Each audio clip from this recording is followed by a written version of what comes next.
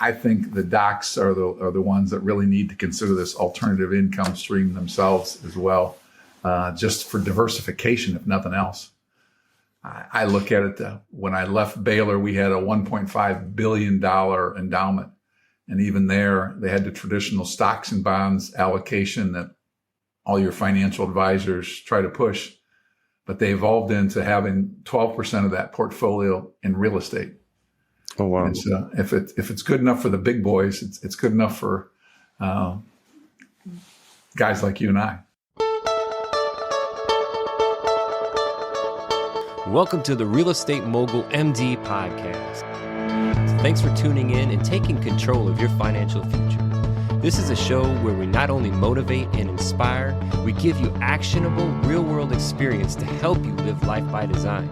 You'll hear journeys and stories from other physicians, investors, coaches, consultants, and entrepreneurs. And now, here's your host, Brett Riggins. Today's guest shares the wonderful aha story of the moment that projected him out of corporate America and into the world of real estate. Talk about his path through the active fix and flip world as a private lender as well in South Florida, Ohio, and Texas. But now, today, he is the founder of InvestArc, and their portfolio is invested in over 4,000 units in Texas, Oklahoma, and Ohio, also in Louisiana. You know, we're talking about more than 200 million in assets under management. And the important piece of this is now, as an asset manager, we get to have a great conversation about what is that? How do I vet an operator? Actually gives us 25 questions that we could use to vet operators, talk about business plan and the KPIs used to say, hey, how is this asset doing? He's also the creator of Multifamily Maestros, where he's showing others now how to be general partners, how to be limited partners, and just sharing the knowledge. And he's doing it intentionally. Absolutely love today's conversation, looking at how to get above average returns in the wonderful world of multifamily real estate. Everybody, please welcome to the show, Randy Langenderfer. Hello, Randy. Welcome to the show. I love asking this question right out of the gate. How does it feel to be Randy today?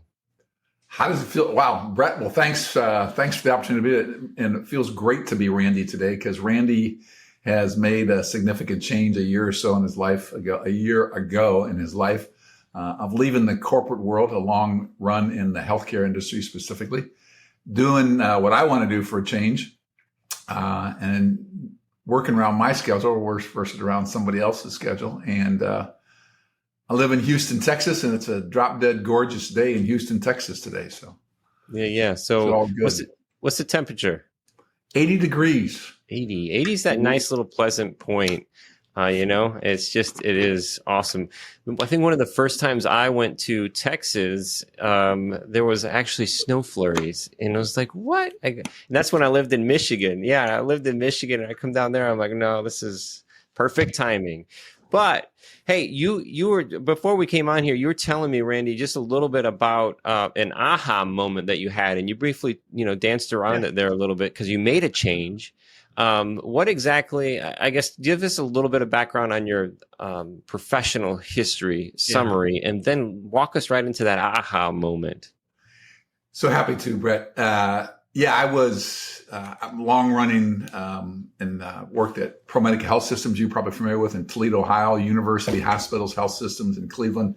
I left the healthcare space in 2009, I think it was, and got into a private equity firm that was a Carlisle-based spinoff of Goodyear Tire and Rubber. So I was the chief compliance and privacy officer for those corporations. And I got into it in the global space, and I was real excited about getting rich with stock options. And you remember the crash of 2008 and 2009, and I suddenly saw my net worth cut in half and was concerned that I was going to lose my job with the private equity firm. And that's when I really said it was the aha moment that I had a big target on my back because I made a healthy buck. And no performance-related issues, just cost reduction. And so the aha moment was, you need to find a different income. stream than your primary W-2 job. And that's when I started off into real estate, and have never turned back. In that moment, a different income stream, what were the first things that popped into your mind then, Randy? So to me, I'm hearing, and maybe I'm just putting it on you because this is the way I feel, but I'm hearing I need my money to work for me. I need somewhere where I don't have to trade time for money. Is that correct? Oh, absolutely. Absolutely. But I was still willing to trade time for money because I was still pretty young, I consider. But yes, I wanted to develop that, break that paradigm and transition myself to retirement, whatever that looks like for whatever people, but absolutely to stop trading time for money. And, so I looked at everything, buying a franchise, buying a small business to grow and hopefully sell and make a lot of money, blah, blah, blah. But I dropped into real estate via a brother-in-law who was exec for a large regional bank in Cleveland, Ohio at the time where I was living. We started flipping houses in South Florida in 08, in 11, 12, and made some good money. But that just becomes very time-consuming and difficult to leverage up. And I found myself working myself into another job, I should say. So I came to Houston. I joined the Baylor College of Medicine here now 11 years ago. And as a privacy officer, compliance officer, audit exec, cybersecurity, I oversaw all those things that nobody else wants to do. On the administrative side, worked with docs all the time, though, for a lot of years, all kinds of issues and projects. And I think the docs are the ones that really need to consider this alternative income stream themselves as well, just for diversification, if nothing else. I look at it, when I left Baylor, we had a $1.5 billion endowment. And even there, they had the traditional stocks and bonds allocation that all your financial advisors try to push. But they evolved into having 12% of that portfolio in real estate. Oh, wow. And so if it's good enough for the big boys, it's good enough for guys like you and I. Yeah. And more people ought to consider it. That 12%, was that in REITs? Probably? I don't know. I'm sure it was not all in multifamily. I'm sure it was diversified between domestic, globally. I'm sure it was all commercial real estate asset classes. Interesting. The point of it is you and I grew up, as we talked to I'm an MBA CPA, and I grew up with the mindset of traditional allocation of stocks and bonds. And it's still good. I still have stocks and bonds, but I've got a large portion of my net worth tied up in a variety of different commercial real estate projects, multifamily specifically. And what is it about real estate specifically, Randy, that stood out to you in the beginning and still is standing strong for you now? The great question. What stood for me then is something I could gradually move into, so I could keep my W-2 job and begin to educate myself and invest along the way while maintaining my W-2 job and grow it to a place where I could rely upon it versus secondary income. So I wasn't interested in quitting my job altogether, but I wanted to have a very conscious plan to exit it. And I did. So yeah, it's the thing you can do yourself, the passive income stream. The tax advantages are very beneficial, especially for high income individuals, where you can take advantage. That's the big difference between a REIT. A REIT, you're a shareholder in a private placement offering. You get a K1 and you get large tax losses with positive cash flows. Yeah. And you can delay them too. And you can delay that depreciation, which is, it puts a smile on my face as well. So you started off, Randy, in, really active in the fix and flip world. And at that point you came to Baylor. And where did the transition, because now it is all multifamily for the most part. I know you have still some diversified investments with different things. I think we talked about storage and ATM and those kinds of things. But Mobile home parks, yeah. Yeah. So what was that journey from the fix and flip, and then now you're at Baylor? Walk us through, that idea, because we have to watch. I say this a lot. We create machines that eat us as high performers. We just have this ability to go, go, go, go without stepping back and realizing, hey, what am I really trying to do here?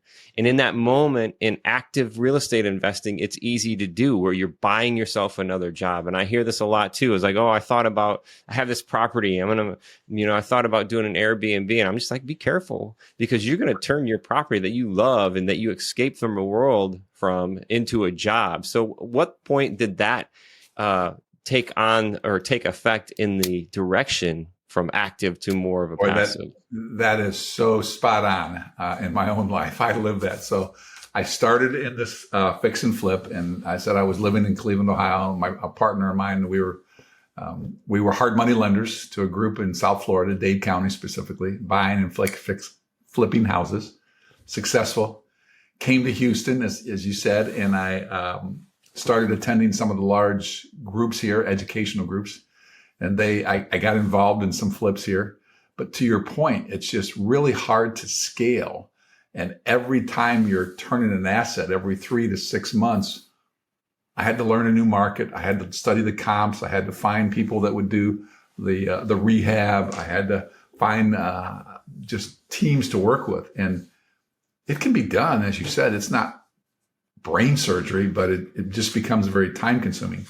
Versus a multifamily where if I've got 100 units and one apartment is vacant, that's 1% vacancy, right? Versus I've got one house that's empty, that's 100% vacancy. So, and it's just work you can't find.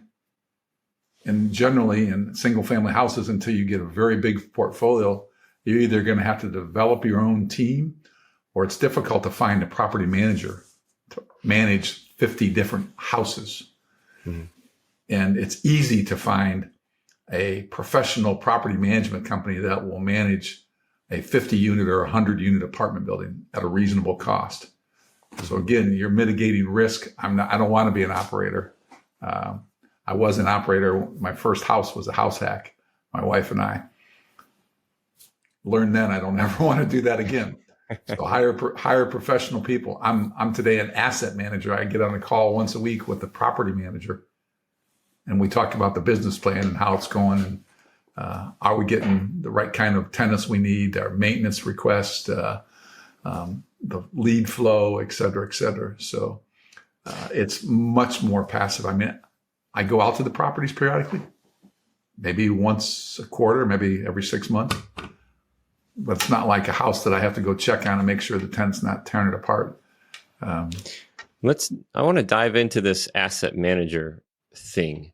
I hear this a lot. I hear it talked about a lot. And in my world, I'm trying to put meaning to it in a way where I could build out an SOP, a standard operating procedure, because I want to learn, implement, and outsource. Because even at this point where,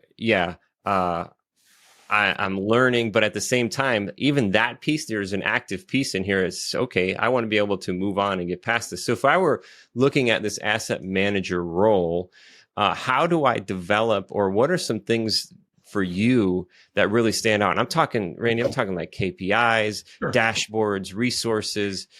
So first of all, what does asset manager mean to you? Asset manager, in my definition, Brett, is the one that is the group of general partners in the syndication that oversees the operations of the asset, the execution of the business plan. The asset manager is the one that has routine communications with the on-site property manager. I live in Houston, Texas. I've got a property in Greensville, South Carolina. I don't get there very often, but we're in routine communication with the on-site property management. We hired them. So first we did thorough due diligence as to their qualifications to run our building, our complex. Want to make sure they had expertise in Greensville, South Carolina, and that they worked in this asset class, B-type asset class versus a C or an A, because that is a difference. We hire them. And then just as you said, they take over the day-to-day operations. They're the one dealing with tenants, toilets, and termites, as we say. We set a business plan. We set an annual budget with them that we're going to execute on. We're going to measure ourselves to that budget financially in terms of occupancy and vacancies and concessions and all that. And that's the end goal, to meet our 5-year plan to exit this building and return substantial gain to our investors. But that breaks down into, that's the macro, and on the micro is, it's a weekly asset management call where, just as you said, we have a dashboard, we have KPIs. It's first, what's the occupancy? It's not the physical occupancy, it's the economic vacancies. That includes concessions and bad debts and everything like that. We talk about maintenance requests. How long are the tenants' maintenance requests outstanding? We talk about lead flow. How many leads do you have coming in this week? How many tours have you had? How many tours have converted to an application? How many applications have converted to a lease? What are the renewals coming up next month and the month after? What's our KPI, our renewal rate percentage? Obviously, if you can keep a tenant in a unit, it's much cheaper and beneficial for everybody, because you don't have to have those unit turns. You don't have to go in and paint it and clean it up and all that stuff. So there's a whole host of KPIs that we, and I think as operators or asset managers, owners, put it that way, owners. Physicians are owners of their practices. They oversee the operations of their practice. So there's a lot of similarities there. Mm-hmm. And the KPI, the dashboard, just kind of making these connections in my mind here too. So the property managers are going to have software, property management software, PMS. Good ones do. Yeah, well, hopefully. That'd be a quick fire. Yeah, I've got this notebook where I write down everything. Yeah, okay, no thank you. But let me just pause. I was talking to somebody yesterday that's buying a 40 unit, okay? 40. When you get into those small units like that, so people tend to want to jump into a 10 unit or a 20 unit. All bets are off. You're probably not going to have a software by the property manager for a 20 unit or even a 40 unit. Mm-hmm. So bigger is better.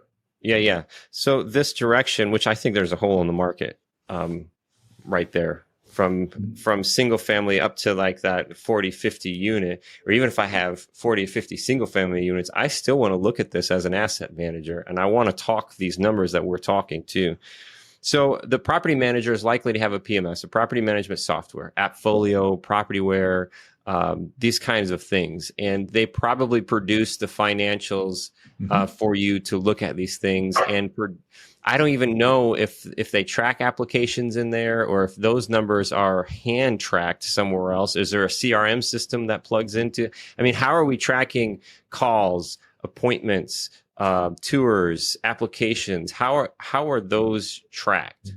I don't know about AppFolio. We use Entrata. Our property manager uses Entrata. It does track lead flow, all that stuff, applications. It tracks, and that's another. As asset managers, we want to make sure that the property manager inputs that data in a real-time basis. So yeah, I bet AppFolio has similar functionality. The property manager just may not be keeping it up to date. So I would challenge, if you got one, go back and talk to the property manager and ask him, because we have a call just before this one every Thursday morning at 8:30, and I get up about 7:00 and spend an hour prepping for that, looking through Entrata at all those KPIs to make sure where we're at. Number of rooms that are vacant, how they got to be turned, or are they done? Are they ready to be leased? And those are off specific reports that you're running in there, not necessarily a dashboard? Correct. Okay. Correct. Yeah. So that's interesting. And so we have our property manager, I don't mean to interrupt you. We have our property manager every Monday by the end of business. She's required to send us her status report. It goes high level on those, on maintenance, on leasing, on lead flow, renewals, other things like that. She has to send that to by the end of this Monday. And then we have this Thursday morning call. Every Thursday we get out for an hour and talk about all those items. Mm-hmm. And I can verify them in Entrada. And then this is one particular building. And I actually live in the Carolinas now, and the town that you're talking about, I believe it's Greenville. I'm sorry, it is Greenville. Here it's called Greenville. My apologies, sir. No, there's a way to say it, right? And I lived in Michigan for 40 some years of my life, but then coming down here, the vols for Ville is like, there's an exchange, Greenville, Hunterville. Greenville. Yeah. So there's the Like vol in there. Throw it in there. Yeah. So, but great area, awesome area. Absolutely love the Carolinas as well too. And then this particular unit in Greenville is one of many that you have, because you, I believe I was seeing like 200 million assets under management right now. 6 different properties that I'm an active general partner on. And then I have, 10 probably that I'm a limited partner on. But yeah, so actively I'm about 1,500 doors and so 16 properties about. And of those 16, everyone probably use a different property management software from Entrada to others. Do you have to go in, you have to learn these specific softwares to run your reports? Or is there any type of dashboard that could connect all of these different things and put you more of a portfolio manager as opposed to an asset manager? Well, the good thing for your listening audience, if you're a limited partner, you're not going to do that. What my wife calls nerd activities that I do every Thursday morning. So limited partners are just going to get a monthly report and get hopefully a check every month or a quarter, which is the way to go. But so I'm a general partner in 6 different properties. Each of them they don't have different ones. Some of them have the same ones, but I think the answer to your question, Brett, is that's where you push on your property manager to give you that summary KPI, be it whether they want to do it in Excel or Word or any other vehicle. That it's just like you're going to get as an executive for any firm. It's that's the executive summary. And then because I'm the nerd, I go into Entrada and drill down and see all those questions. Not every asset manager probably does that. But yeah, there's Appfolio, there's Entrada, there's several different tools out there that are all good. And as a limited partner, it's really, your labor is up front, like write a book. You write the book, and then the fruit is given to you over time. But in a limited partnership, it's kind of like the same way. You've got to put your labor up front to vet the jockey, vet the operator, and then set back and hope that you did a good job, right? At what point do you, or have you, maybe in the learning stages, you read between the lines a little bit more, but as a limited partner, what would you suggest for other people to do? Do you just sit back and wait for quarterly reports, or, what is it? I think I deal with several high net worth individuals as well. And some of them are extremely, I'll call them active, passive investors. Mm-hmm. And then there's other ones that set it and forget it. So it's up to the limited partner's personality and how involved or how much they want to learn. Myself, when I was starting, like you said, before I invested in any property as a limited partner, I physically drove the asset. I went to it, whether it was in Greenville or Greenville. Come on with the Greenville. Greenville or Tucson. I'm in Tucson or Dallas, Houston. I would go to the site and see the property and drive the comps. I don't do that anymore because I've gained comfort with a couple general partnerships that I work with who have been very successful. But yeah, and questions to ask, first and foremost, what's your track record? How have you done historically to pro forma? What market focus do you have? Are you anywhere, or are you concentrating like my general partner friends and I leveraged him because he focuses solely on Tucson. He's an expert in Tucson. He's had like 12 different properties there, gone full cycle on 8 of them. Wow. So that's big for an investor. Are you specializing in one area, or are you partnering with people all across the country. Returns, and you hit it on the head. It's more important for your audience to develop a relationship with a general partner, somebody like me or others, to understand what they're all about, right? You're going to give them your hard-earned money. You really need to have a relationship with them. So dig into them. If your audience wants, have them contact me. I can give you 25 questions to ask them. And I like that. I like that. Kind of like a questionnaire. Yeah, kind of like a questionnaire. Exactly. It's exactly what it is. 25 questions to ask your general partner before you invest. And that one of them that I really love that you just mentioned is, how are you actual versus pro forma? Like, what were you projecting, and then what were the actual returns? Because the pro forma, I joke of it, and I call it a fluff forma. It's just it's any more like these days in appraisals in the single family world. It's an opinion, So how does their opinion base with the actual numbers? Absolutely. And that it's just a budget, and you never, on my home budget, I don't hit it to the penny. I may come reasonably up or down, and it's the same way on a business. It is a business. There are risks, and pro formas, I call them budgets, or fluff forma. Fluff forma. That's a new one. I got to remember that. Yeah. Either way, depending on your sophistication and how much you like the numbers, drill into that. And, there's a thing, one of the questions to ask is, what are your rent growth and your expense percentage increases each year, right? So if somebody's telling you they're going to project 30% rent growth, run, because it's unrealistic. Yeah. Or if they say, we're going to decrease expenses 30%, run, because that isn't realistic. And, so there's a lot of assumptions that are built into each of those in the business plan that may or may not be met. I'll also say that I think when I got started 10 years ago, if somebody had a blemish on their record, that was an automatic run from them. There's a really lot of good operators today in the current market that have had a blemish just because of the phenomenal rate increases we've experienced. That I don't know that that's necessarily a run to the hills anymore. And I've thought about doing this a little more because oftentimes I toss this question in my mind, especially from the single family world. And then when you're directly connected, either with a seller or a renter, you are injected in their life. So as a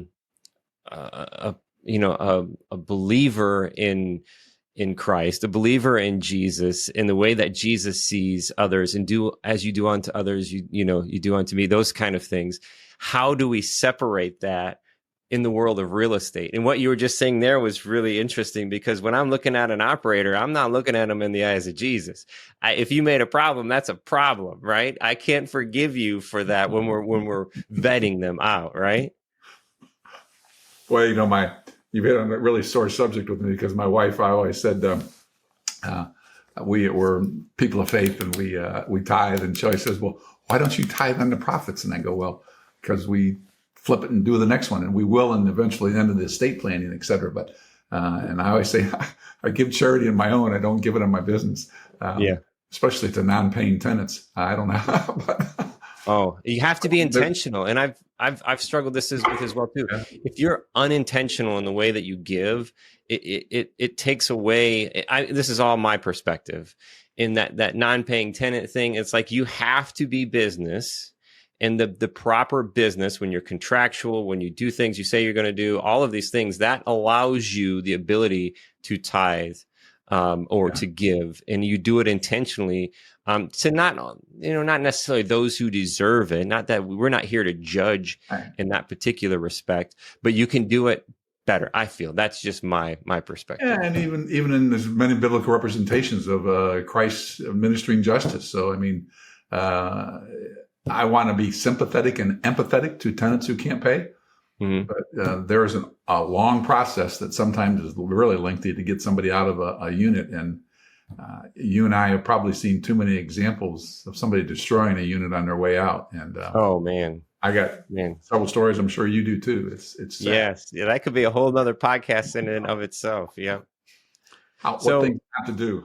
the as an asset manager, vacancies are just horrendous. When you can renew tenants, that's awesome. I don't have the cost to turn. I don't have in single family. I don't have landscaping. In this particular, I've got utilities in multi. So there's so many costs, and then opportunity costs, the labor, the administrative labor to show it, to applications, all of that stuff. So keeping units occupied is very, very profitable. I was just talking with a student yesterday, and we were looking at a 40-unit rent roll. To your point, though, it's that balance between keeping the tenant versus losing sight of the current market. Mm-hmm. This particular rent roll we were looking at, he'd had people that hadn't had a contract, hadn't renewed their lease since 21, going on 3.5, 4 years, and they were $150 a month behind market rate. Mm-hmm.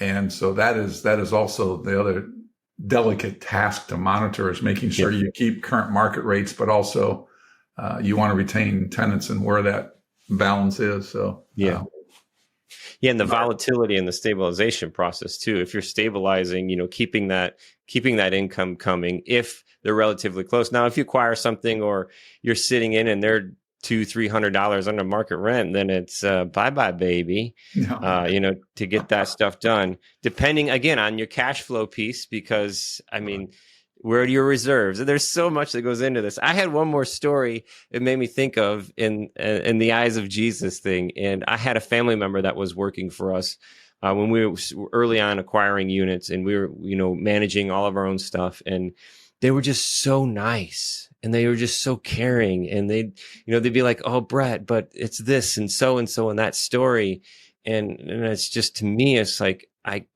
have a disconnect at that point. It's like, okay, we can help, and we can intentionally help, but when it comes down to it, we have to be a business. We can't be a not-for-profit unless we are intentionally being a not-for-profit business. When I break those lines, or when there's a gray area in between there where I can't separate that weighs down the business, and it will not survive.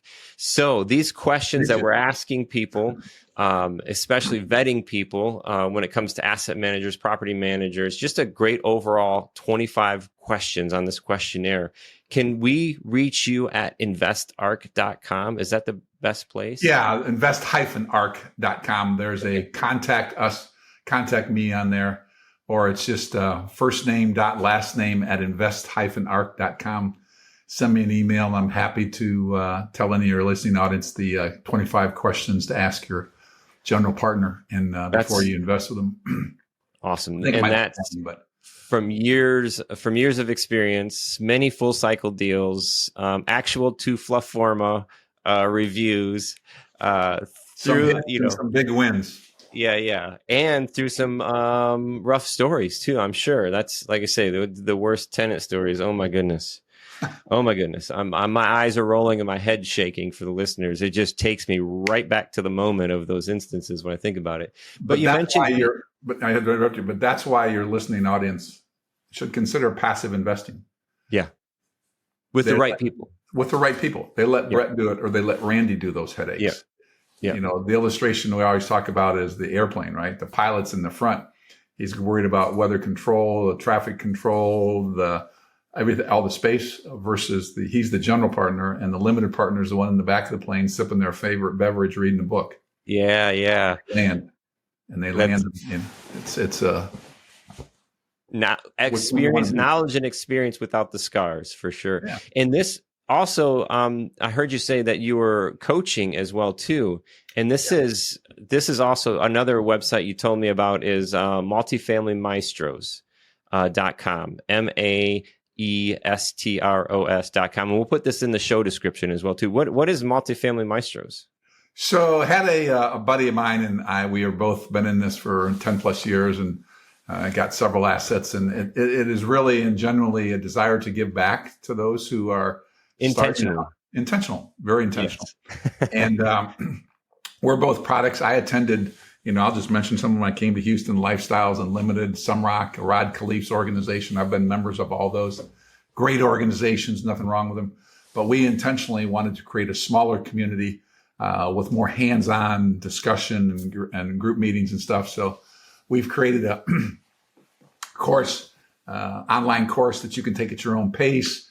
It's 13 different modules with multiple videos in each from 3 to 5 minutes, very brief. We have anything from underwriting to broker relationships. That's for those who want to be a syndicator. Those are the ones who want to start a property. And we priced it much more affordable than some of the big box stuffs. And we're actually developing a passive course right now, where in the next few months, we'll have a course out, things the passive investor should do. It's a much abbreviated course, and I think it's going to be $197. So it's very affordable. And we trying to give back and trying to create community, because I think that's what it's all about. You and I have both been blessed, and people have built into our lives, our professional careers, from a physician or me from administrative side to real estate, and we should give back. So that's awesome. The knowledge, the experience, the wisdom, and man, just avoiding, not going to avoid everything, but you're avoiding the scars and the misery, the pain, the tears to get to those points in acquiring that stuff and building out resources. Resources are massive as well too. Hey, Randy, I've got one more question for you. If you could go back 15 years, so that takes us back to about 2011, right? Or 2009 or something, yep. 2010.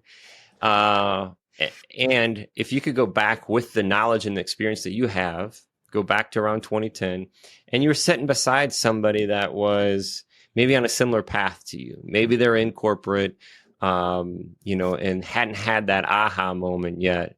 What would you tell them? Well, I would tell them that as secure, and I would say your physician audience who feels very secure and financially secure, and they're not, 99.9% of them aren't going to be worried about the next meal. But if nothing else, I go back to that diversification strategy. Consider it, because your financial advisors are trained in what they do, stocks and bonds. They're not going to advise you on any private placement offerings. But take a step back and see how the wealthy have done it across the country. I mean, whether you like them or not, the Donald Trumps of the world, that's what they've done all the way along, as they've invested in private placement offerings such as these. And they make an above average return. And that's how you're going to boost your portfolio performance overall, by having a percentage, whatever you want to comfortable at. I've got 35% of my net worth in various multifamily properties. Some would say I'm overweighted compared to the Baylor model, which was only 12. So find your sweet spot and put something, just get started, I guess is the thing I would say. My old mentor, Rod Khalif, used to say, take massive action, because I'm an analytical type, and I think a lot of physicians are too. I don't know if you ever heard of the old illustration, ready, aim, fire. So I'm ready. I aim, and then fire. And some of my marketing friends they fire first, aim, and then ready. But my point of it is you got to take action. And there's a lot of hesitation in cutting that first check or first investment. But I've had some losses. I've had a lot more wins than I've had losses. One takeaway: 10 years, I'm averaging 120% return on my portfolio.